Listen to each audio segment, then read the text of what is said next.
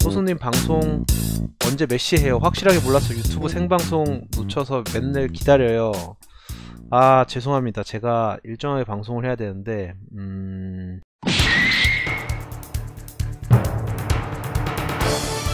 최정현님은 초등학생이라고요?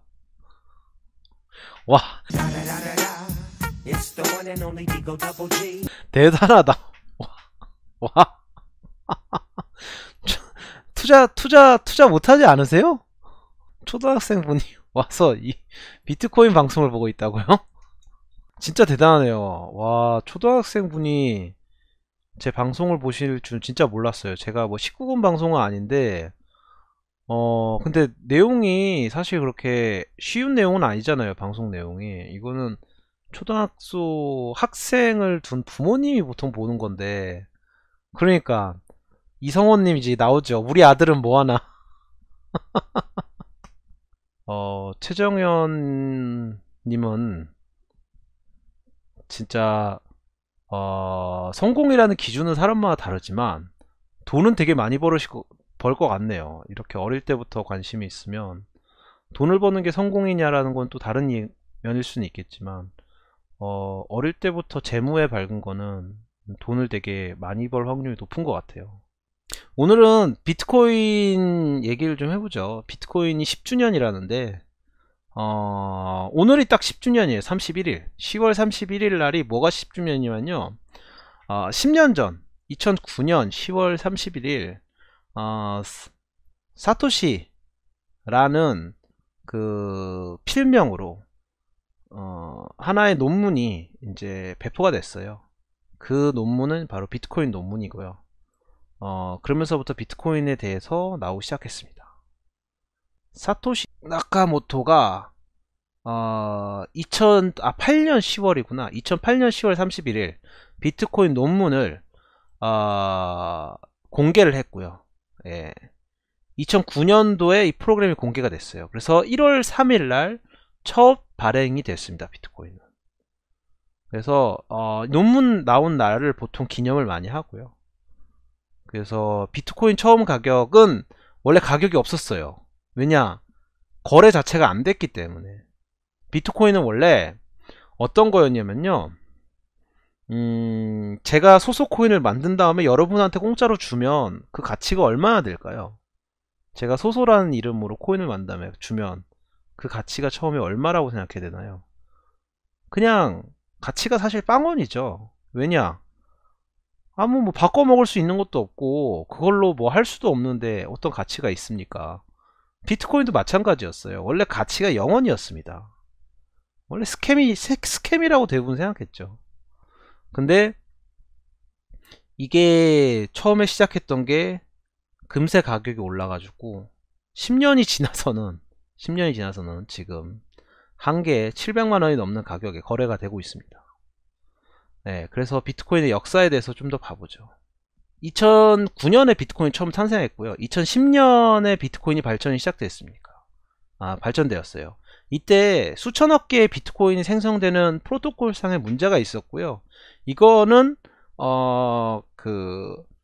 롤백을 해가지고 이건 없어졌습니다. 없어졌고, 그 다음에 마운트곡스가 설립이 됐습니다. 마운트곡스는 원래는 비트코인 거래를 하지 않았는데 2010년부터 비트코인 거래를 하고 있었고, GPU 채굴이 본격적으로 시작됐던 게 2010년이죠. 그래서 2011년 찰리 리가 라이트코인을 만들기 시작했고, 예, 비트코인의 가격이 1달러에 연초에 해가지고 연말에 10달러로 10배가 올랐던 해입니다. 이때도 지금 생각하면 너무 싸지 않아요? 10달러면 한 개에 만원인데 지금 700만원인데. 예. 그래서 그랬다가 POW의 도전이라고 해서 2012년에는 리플이 등장했고 피어코인이 등장했는데, 피어코인이 이건 중간에 망했을 거예요. 이거 지금 없는 코인이라고 알고 있어요. 그리고 아식스, 지금은 채굴의 기본형이 된 아식스가 많아졌고, 이더리움을 제외하고는 아식스 채굴이 대부분이죠, 요즘은. 그 다음에 처음으로 1000달러를 넘었고, 실크로드가 이 당시에 해체됐습니다. 2013년. 이 실크로드가 비트코인이 성장하는데 정말 많은 어떤 푸시 역할을 했었어요.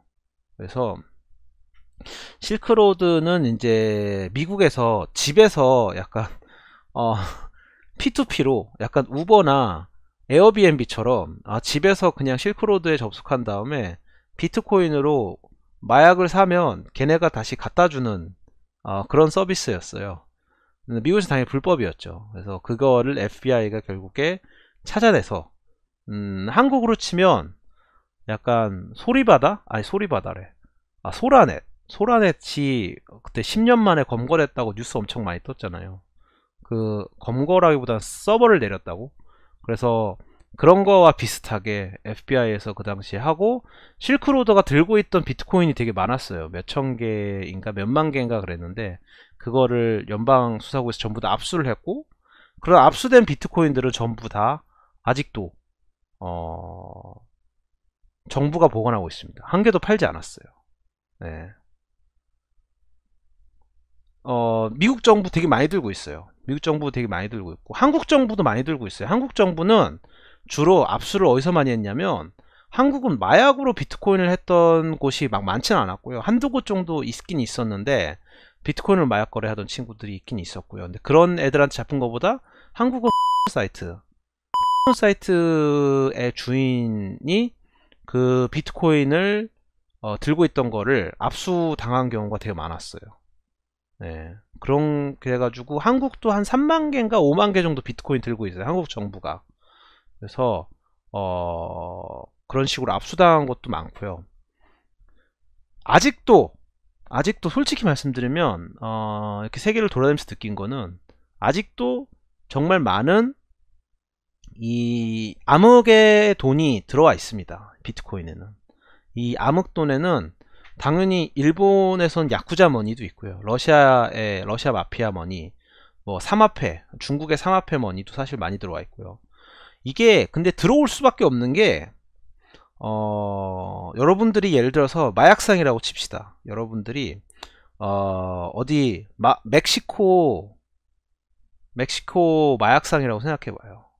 그 현금을 땅에 묻고, 그 현금이 땅에 묻은 현금이 다 썼고, 그러니까 현금이라는 게 거기서 달러예요. 달러를 그런 식으로 많이 막 보관을 한단 말이에요. 근데 얘네 입장에서는 비트코인이라는 건 완전 혁명적인 거예요. 왜냐, 아니 땅에다 묻어놓은 비트코인 그 달러는 썩어버리는데, 습기 차가지고 비트코인에다가 비트코인 지갑에 넣어놓으면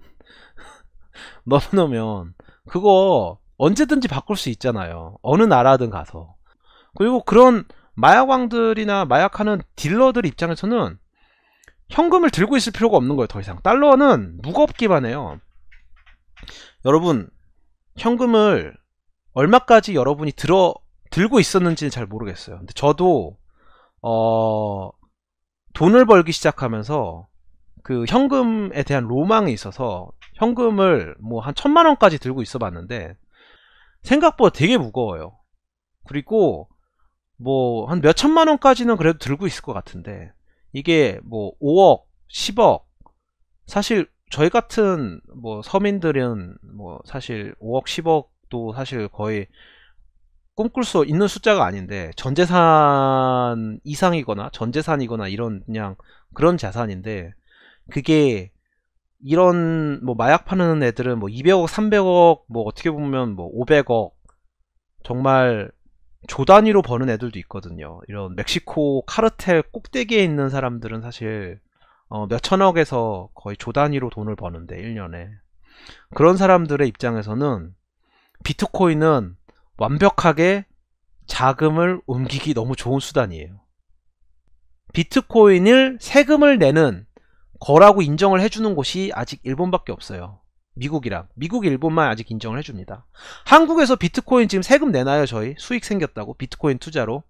비트코인을 들고 있는 게 가격이 올랐다고 저희 내나요? 세금을? 저희 세금을 안 냅니다.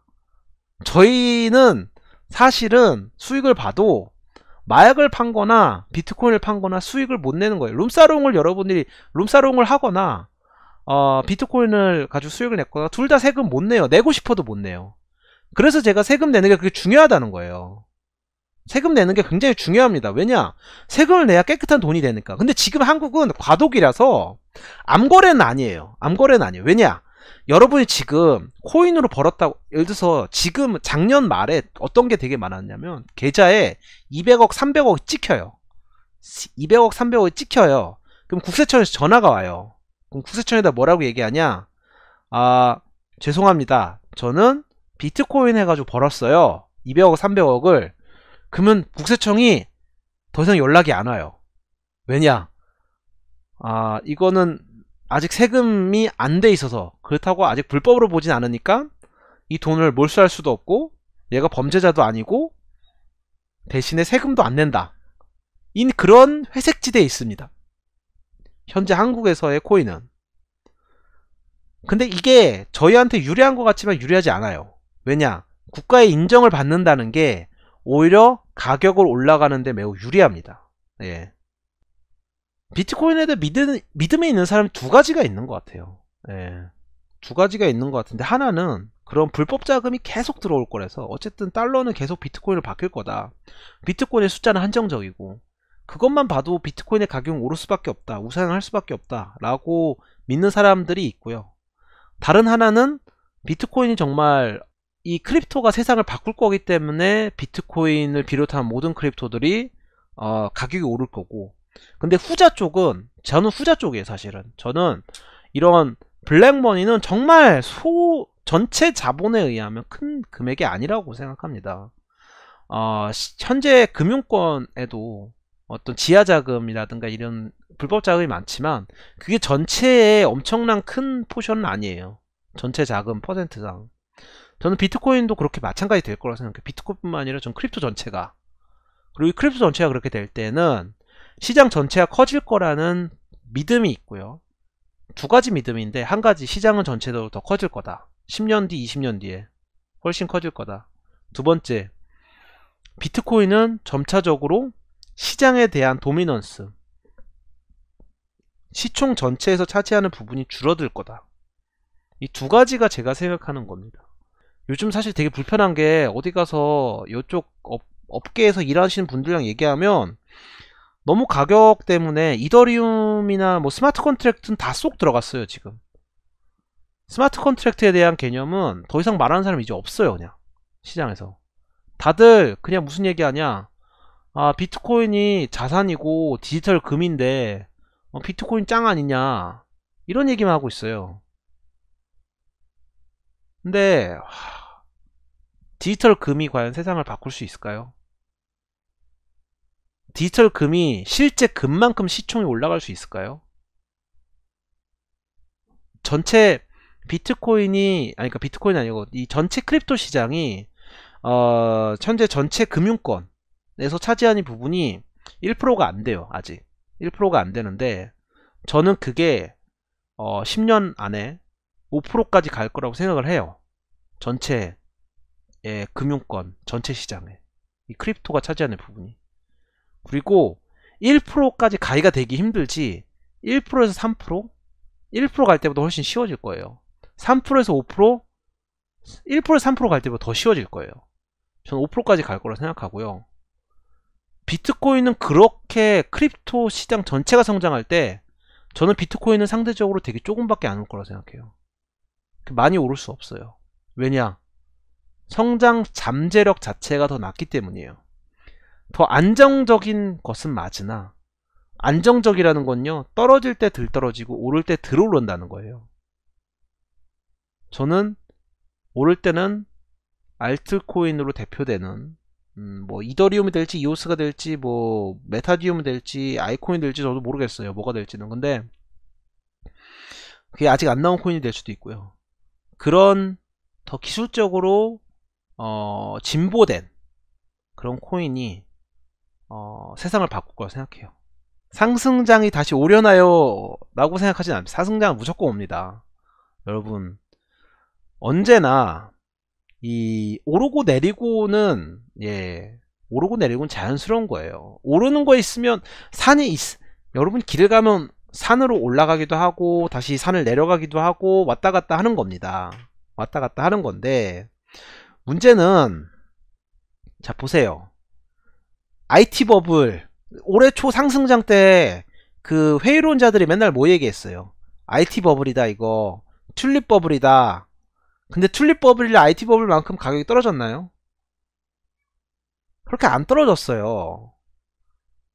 이더리움 10분의 1이 많이 떨어진 거라고요. 튤립 버블 터졌을 때 100분의 1에서 1000분의 1 떨어졌어요. IT 때도 마찬가지. IT 때도 10분의 1이 뭐야. 그러니까 이더리움 기준 10분의 1이 있는데 알트코인 당연히 더 많이 떨어졌죠. 비트코인은 거꾸로 3분의 1밖에 안 떨어졌어요. 3분의 1로. 유틸리티는 유틸리티만의 특성이 있어요. 예를 들어서 지금 제가 유틸리티 중에 제일 생태계를 잘 만들어가고 있는 게 TTC라고 생각하는데, 그래서 많이 투자를 했고요. TTC 같은 경우는 현재 뭐 얼라이언스든 뭐는 거 해가지고 총 이제 먼슬리 사용자들이 한 3천만 명 정도 되는 그러한 생태계를 만들었는데, 그 생태계의 가치는 사실 어떤 광고 매출이 아니거든요. 그 생태계 가치는 진짜 3천만 명의 숫자예요. 숫자고, 그 숫자가 만들어내는 트래픽, 그 숫자들의 사람들이 올리는 사진, 올리는 동영상, 올리는 코멘트, 이런 게 그거의 가치거든요. 유튜브도 사실 그게 가치예요. 유튜브가 언제부터 유튜브 광고가 가치가 됐습니까? 저같이 방송을 하는 유튜버, 여러분같이 제 방송을 봐주시는 분들, 거기에 댓글을 달고 채팅을 해주고, 저희 같은 사람들이 정말 10억 명이 모여서 만든 기업이 유튜브인 거예요. 그게 유튜브의 가치예요. 유튜브가 어떻게 시큐리티 토큰을 합니까? 하더라도. 저는 솔직히 말하면 이게 어떻게 보면 사람들이 좀 약간 유틸리티에서 도망을 가고 있는 것 같아요. 왜 도망가고 있냐? 유틸리티가 당장 세상을 바꿀 것처럼 행동했는데, 알고 보니까 아직 속도도 너무 느리고 스케일abili티도 너무 느리고 이더리움 네트워크는 병신 같고 부족한 게 너무 많은 거예요.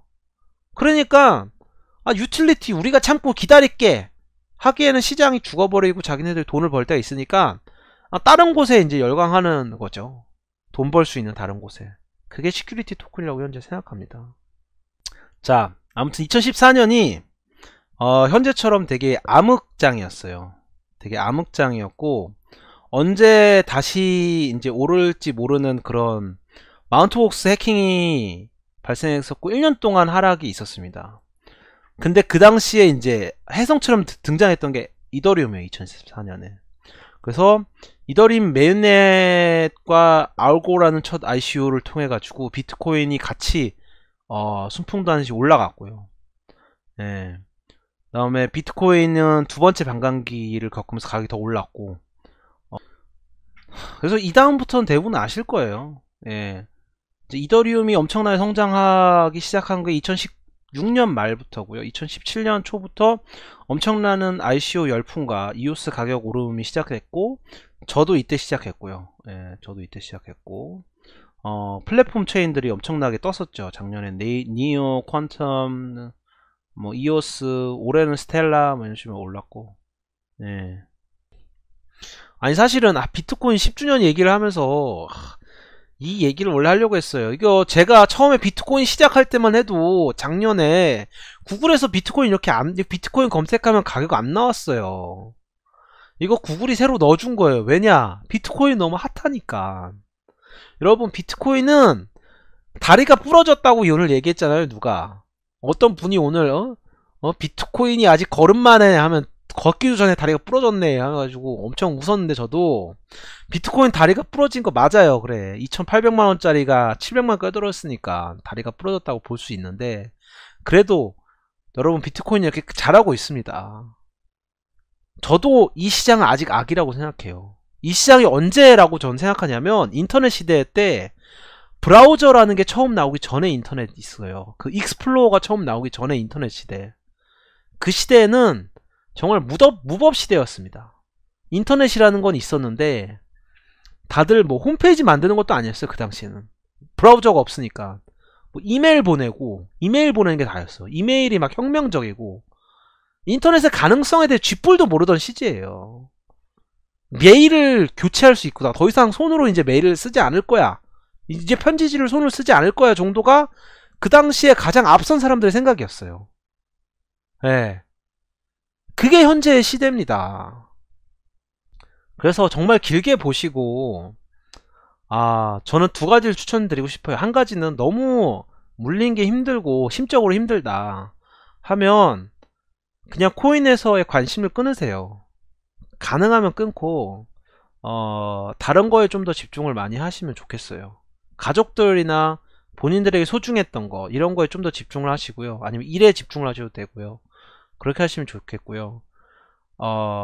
지속적으로 자기가 액티브하게 계속 사고 팔고 하고 정보를 얻고 싶다 하면 당연히 제 방송을 보는 게 좋고, 마음의 위안을 조금이라도 얻고 싶으면 뭐 그거는 제가 해드릴 수 있는 거니까 해드릴 수 있으면 좋겠어요. 예.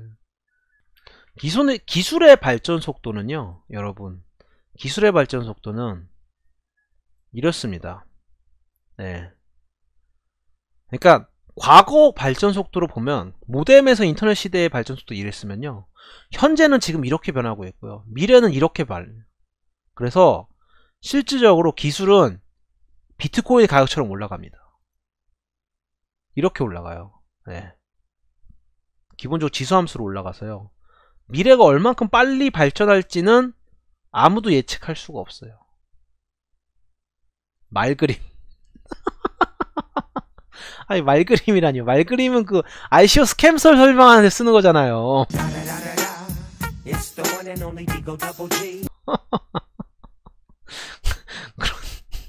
그런 얘기를 하는 게 아니잖아요, 지금, 여러분. 저러다 조정 오면 어떻게 되나요? 이거 조정 오면 이렇게 떨어져. 아니, 그래도 조정 와도요, 비트코인 가격에서 보면 알겠지만 요게 터지기 전보다는 높은 가격에서 조정 옵니다.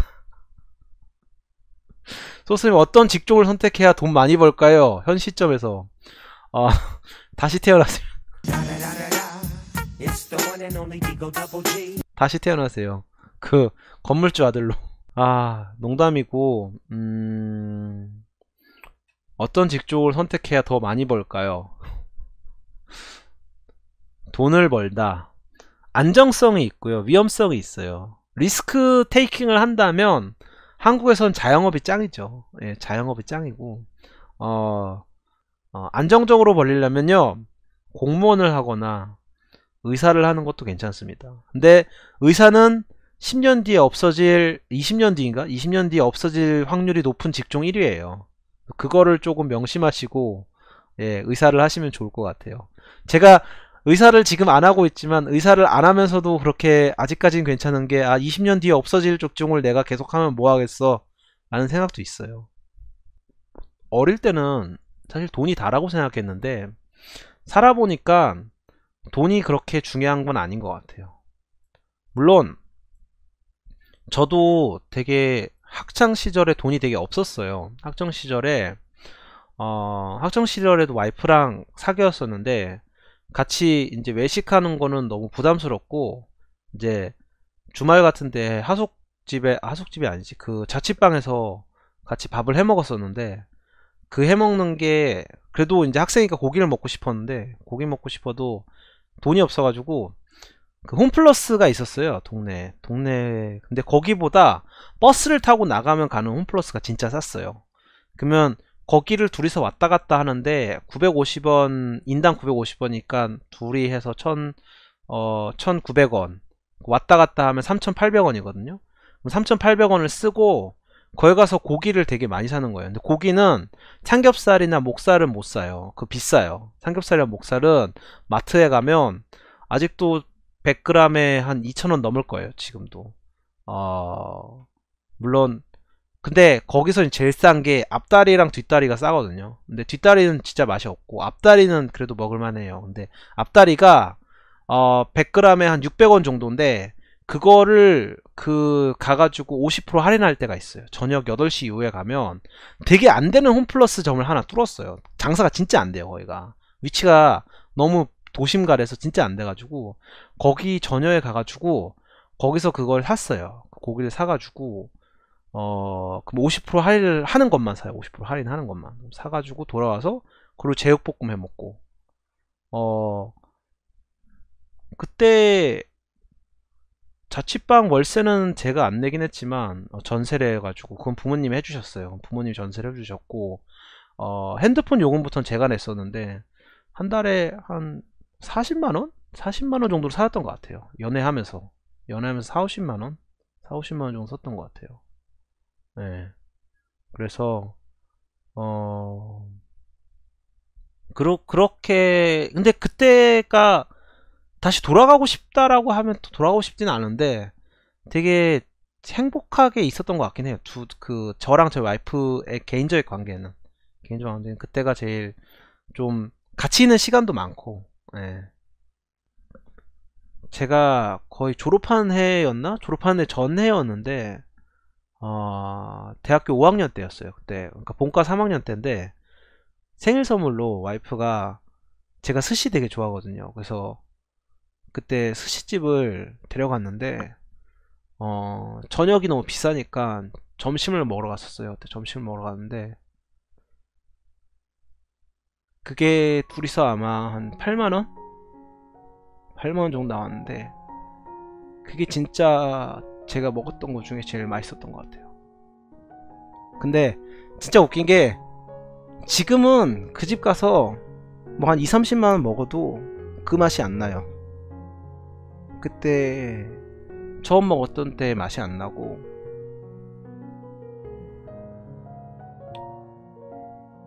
그래서 추억이 되게 좋은 것 같아요. 네. 행복은 이렇게 올라간다, 돈에 의해서 이렇게 올라간다, 이렇게 된다 주장이 있는데, 실제로는 예, 이렇게 돼요. 소득이 낮을 때는 행복이 진짜 힘들어요. 근데 소득이 일정 이상 올라가면요, 행복이 되게 높아졌다가 그게 다시 너무 올라가면 오히려 다시 행복감이 떨어져요.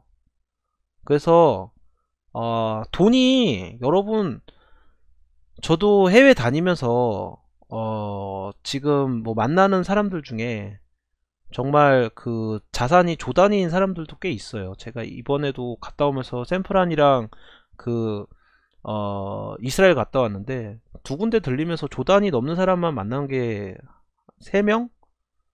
자산이 다 한 2조 이상은 있는 사람들인데, 그 사람들이 막 엄청나게 부럽고 엄청나게 행복해 보이고 그러지 않아요. 물론 그 사람들이 저보다 훨씬 좋은 차 타고 다니고 자기 개인 헬기 있고 뭐 개인 자가용이 있는지 모르겠어요. 헬기까지는 있는데 자기 집도 뭐 한 2, 300억짜리 살고 그러는데,